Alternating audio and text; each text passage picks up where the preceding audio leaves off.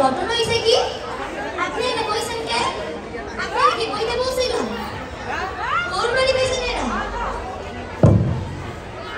দাঁড়াইতে বলি নাই বসেন আপনার নামটা একটু বলেন টাকা বের করতে বলি নাই এরা যাওয়ানোর সময় দিয়েছেন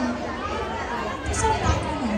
বাংলায় সরকারে সরকারের নাম রাখছিলেন হাই ওভার আজ পর্যন্ত কোনোদিন মুখস্থ করতে পারিনি তাই লিখা হয়েছে ও আচ্ছা কম তেরে সাইরা দিলেন নাকি না ডাক্তার সাহেব নাম ও না এত বড় নাম আচ্ছা কম আব্দুল করিম টিপু সুলতান শাহরুখ খান আজিজুর রহমান সোহাগ গাজী সাইফুল ইসলাম মাহমুদ খান শাহিনুদ্দিন মুশারফ শর্টকাট টেক্সটে থাকে এই এখন স্যার সালাম ওয়ালাইকুম আসসালাম ভালো আছেন সালাম দিছেন কোন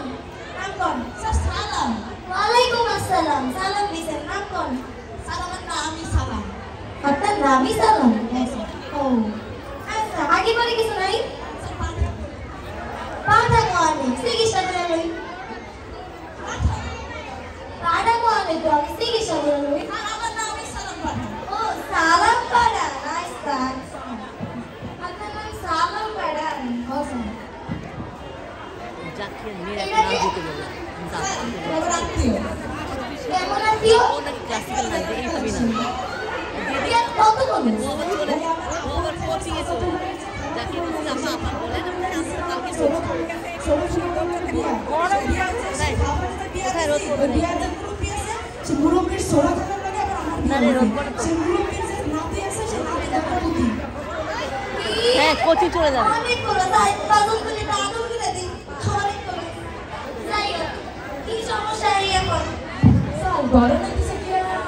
ধরবো পড়তে তো এক্সাম্পল বুঝাচ্ছি আচ্ছা আচ্ছা তো গেস হোয়াট কি এস ওয়াটার এই আবার কি স্যার ইয়েস মানে হ্যাঁ ওয়াটার মানে পানি হ্যাঁ পানি ওহো হাটা এই আগে কইলি তাই আর কি সমস্যা কোন স্যার সাবান সাবাই